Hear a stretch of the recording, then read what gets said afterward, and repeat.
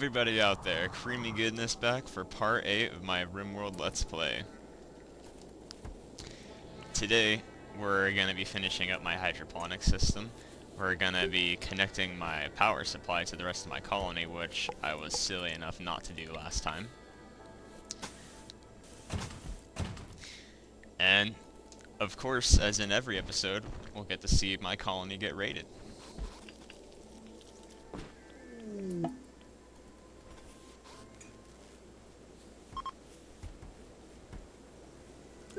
So now that I got solar panels, I'm gonna need to build some batteries, definitely.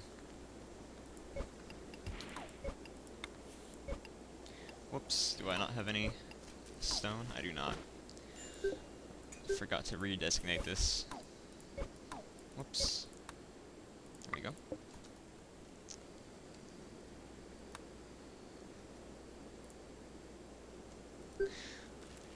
Alright, so I think I'm gonna also build my batteries back here. I'm probably just gonna build them into this little crevice I have dug out.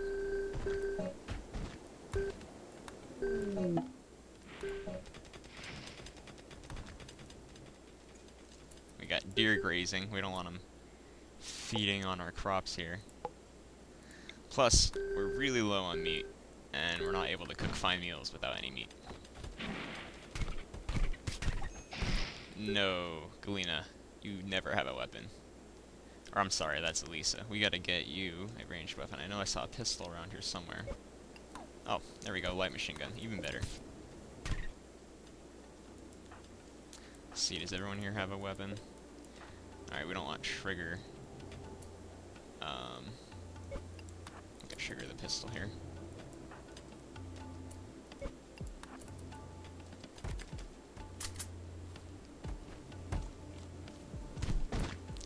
Oh great, now Gross is trying to melee. Alright, I know we left some weapons back over here, so I'm gonna go ahead and get him to get the R4 charge rifle. Definitely need someone to go and pick up our sniper too. Let's see here, jellyfish. Go get the sniper rifle. There we go.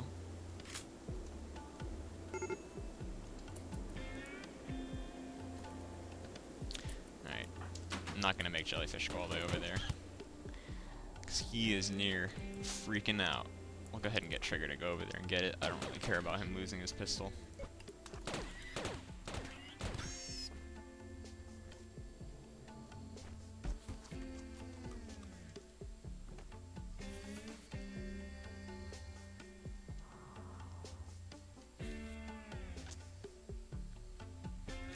We got a combat supplier. Don't think I can really get much from him, though. I don't have a lot of things in my storage. I could definitely do with my stuff getting crafted here.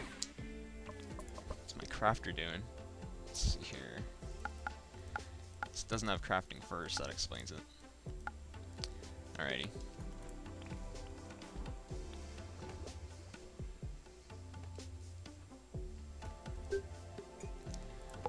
So we'll go ahead and wall this off here. Oh, still don't have any stone, apparently. Gotta wait for our crafter.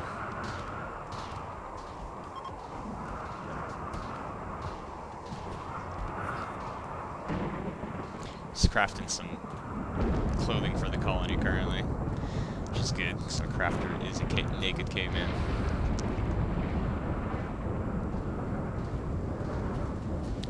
Alright, got a hat.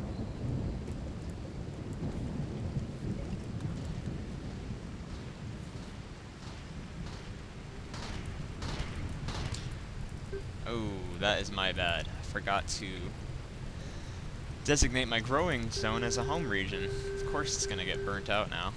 That's good. Yeah, so these Devil Strand, I believe they take around 42 days to grow to full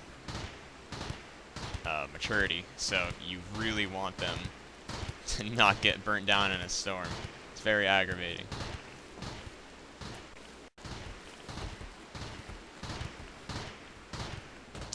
I think I'm going to go ahead and add another berry field here too, because the colony is growing.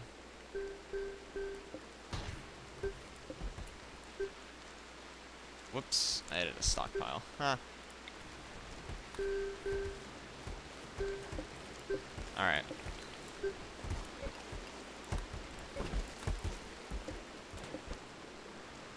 Cool. All the ship parts are done. Now just pretty much the silly things are left, except for machining and electric smelting. I'm definitely going to get those. I'm probably not going to use those till endgame. They're not very effective. You don't get too much metal out of the mechanoids, rather than if you were just mining, and you don't get too much metal out of slag chunks, rather than, you know, if you were mining.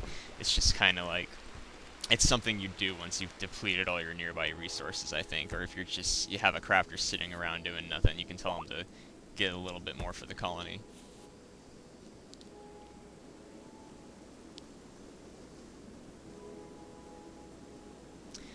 And I noticed these guys don't have any lights in their rooms, so we'll go ahead and fix that.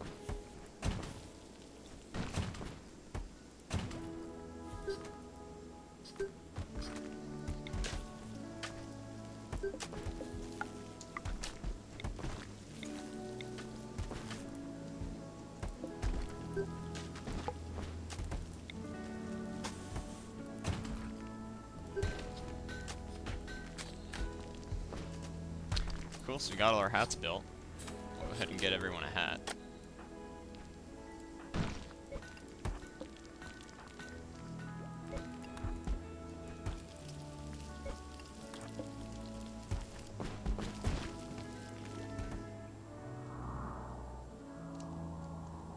Alright, I think we're gonna designate a little more hunting here.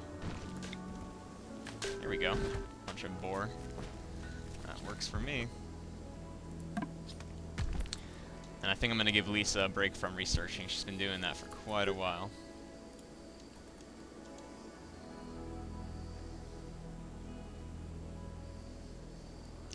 Gross, you don't have a hat. Here you go, buddy.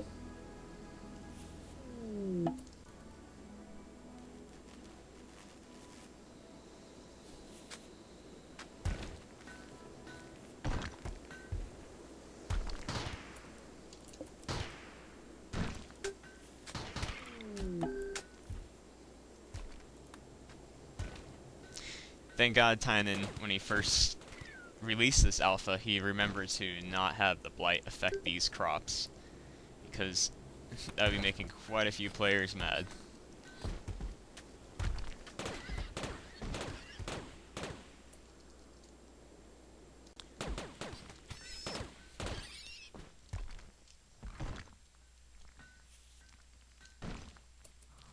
So I think we're also going to get the basis of our hydroponics setup.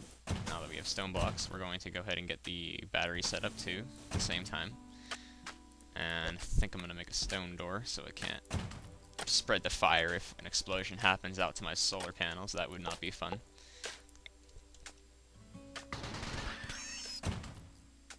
I think I'm actually going to dig this out one more.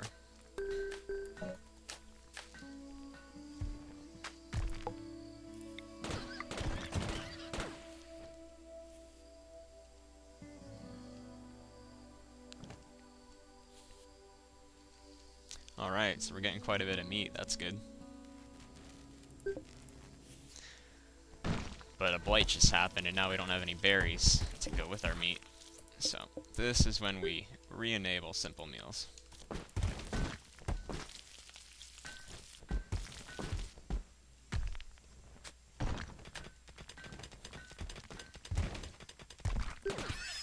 Go ahead and connect our power supply to our batteries.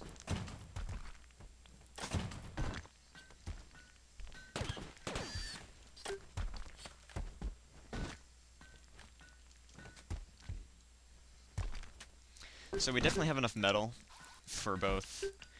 Ooh, I don't like that. I'm gonna pause the video real quick and get this area designated for a no roof because it takes a bit. So I got that area all bathed in sunlight now. Don't have to worry about my solar panels not getting power.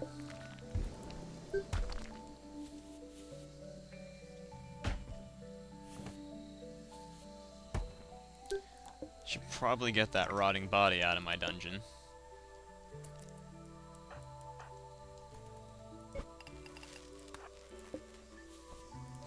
And we have a cremator set up, so we might as well make use of that too. I'll go ahead and dig this section out here. Or actually, I think I'm going to make it into this mountainside here.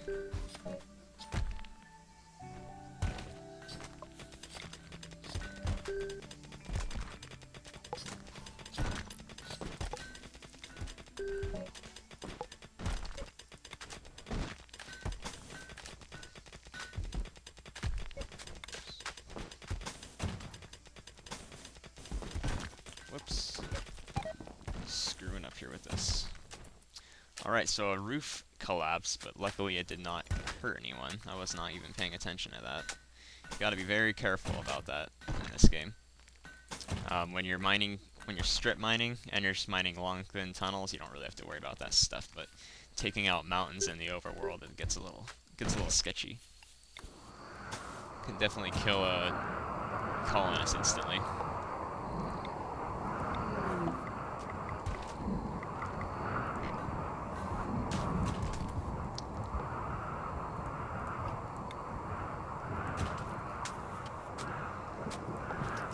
Power linked up to that.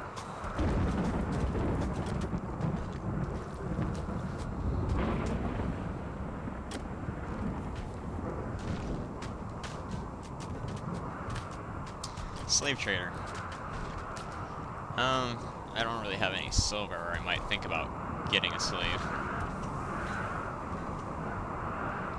Cool, so we got batteries now, which is good. We can store some power for if there's an eclipse or something nasty like that. And I do believe our hydroponics room is all set up here. So we'll go ahead and finish up the floors here. I'm going to pause the video once again and get my ideal hydroponics setup because it will take me a bit, so see you in a few. Hey there guys, so I'm back with my hydroponics setup. I fiddled around with a couple different designs for my hydroponics basin, but they all ended up being 12 or less, so I just chose the best 12 one that looked the best to me. As you can see here, I have them all set up. My room is a bit too big for just one sun lamp, so I had to put two down here. I put them in the middle of it, and I also had to build some power conduit going through there to attach everything, including the hydroponic tables.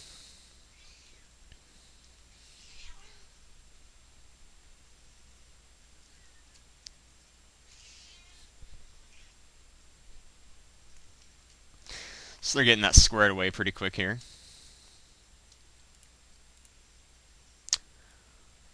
Oh, I forgot to put one right there.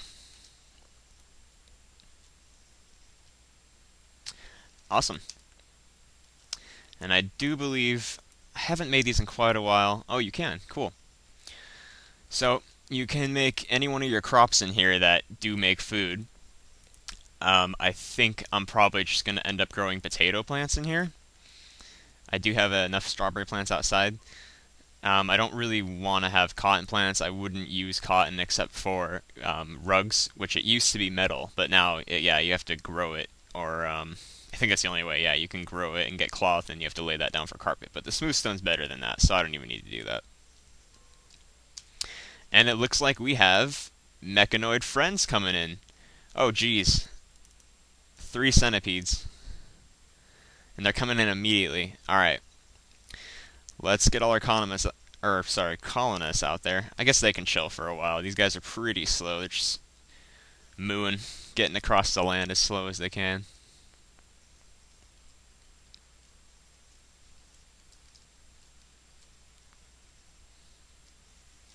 Alright, they're almost here, so we're going to go ahead and set them up. I think I'm going to go ahead and...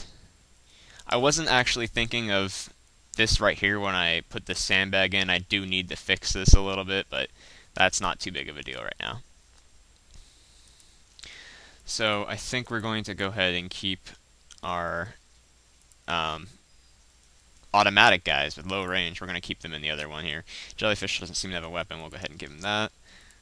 You can go up here with your R4 charge rifle. Lisa's our only medic, so we're going to keep her inside. And then Batches can stay out here along with Trigger, who is also a sniper. Alright, Jellyfish, let's get you back by the sniping post.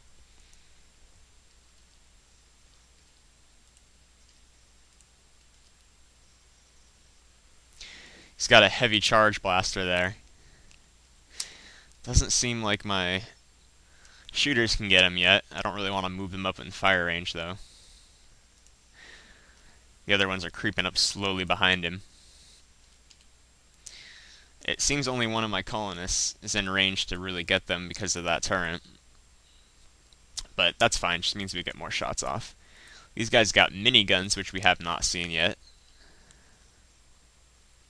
As you can see, it's just a barrage of bullets going on here. They're not terribly accurate, as you can see. It's just kind of a rainstorm, but that can be extremely devastating if you say, you know, they get to your colonists, they're all in the sandbags firing at them.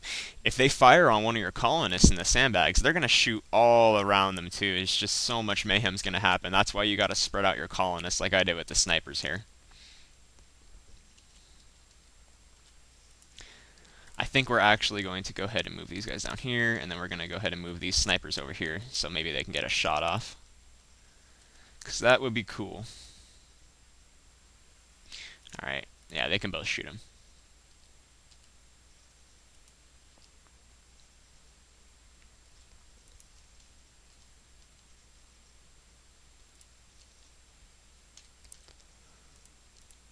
They're just soaking up plenty of bullets here.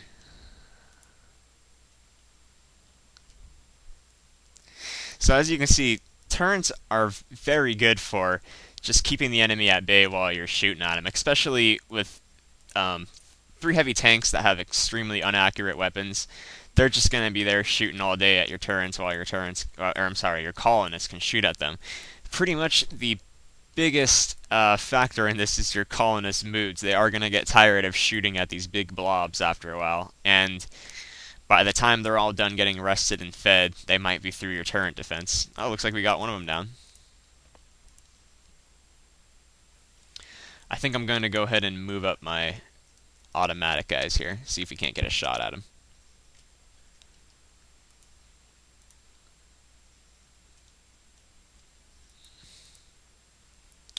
Who's got the most range? Okay, looks like Galena does.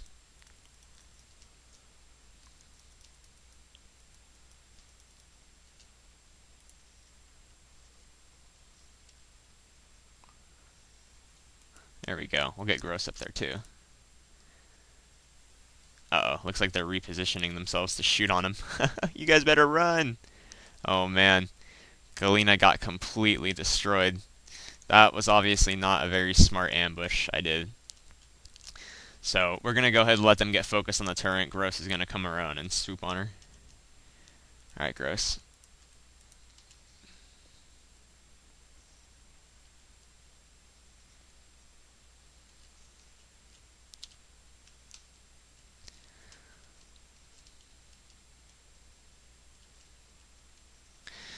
I think I'm going to move Trigger up a bit too. He can get some better shots.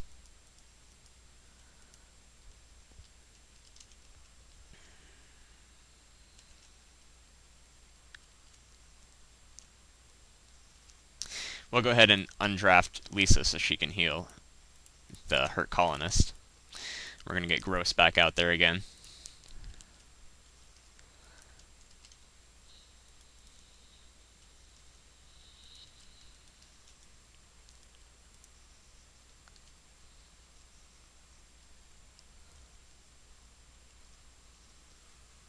These guys just do not want to go down. They're just big hulking tanks soaking up bullets.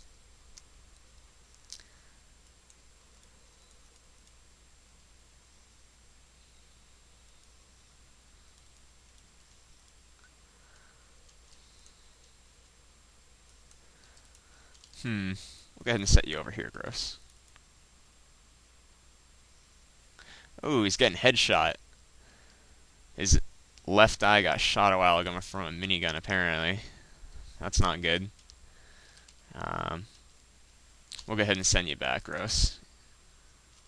Lisa should have healed up, or is healing up Galena. Cool.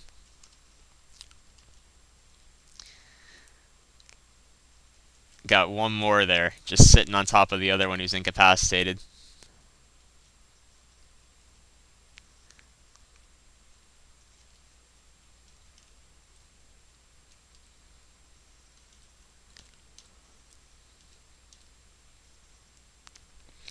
So as you can see, my M24 and Lee Enfield purchases were definitely worth it in this circumstance. Rifles, oh geez, gross, what are you doing? Snipers are very important in battles like this, and if you don't, oh, geez, gross. And if you don't, um, oh man, he's gonna get killed out there. Someone's got to go out there and get him. And if I only had my one Lee Enfield, I can definitely say this whole situation would be a lot more different. I would definitely have quite a few colonists injured, and because I wouldn't have anything else to shoot at them with besides the Lee Enfield, I've pretty much bought every single one of my sniping weapons.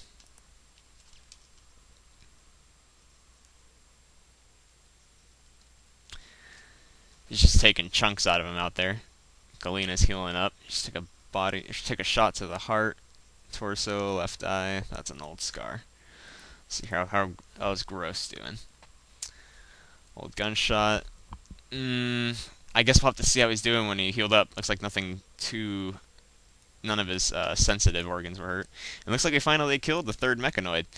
So, you saw here, folks, the mechanoids are extremely slow and just bulky, take up a lot of bullets, and they are a different challenge in Rimworld than the raiders, who at one shot might just flee away. The mechanoids come for blood, and you just gotta kill them and hold out until they're all dead. The mechanoid raids will get pretty insane late game. As you see, as you've seen so far, it's been usually one or the other, or maybe one scyther and a few of the big guys. But when later in game, when you get maybe 7 big guys and you get 4 scythers coming in, things just get really ugly real quick. Gonna wrap it up for my 8th part of Let's Play Rimworld Extreme Difficulty. Keep an eye out for the next one. Subscribe, thumbs up, comment below, and I'll see you guys next time. Thanks for watching.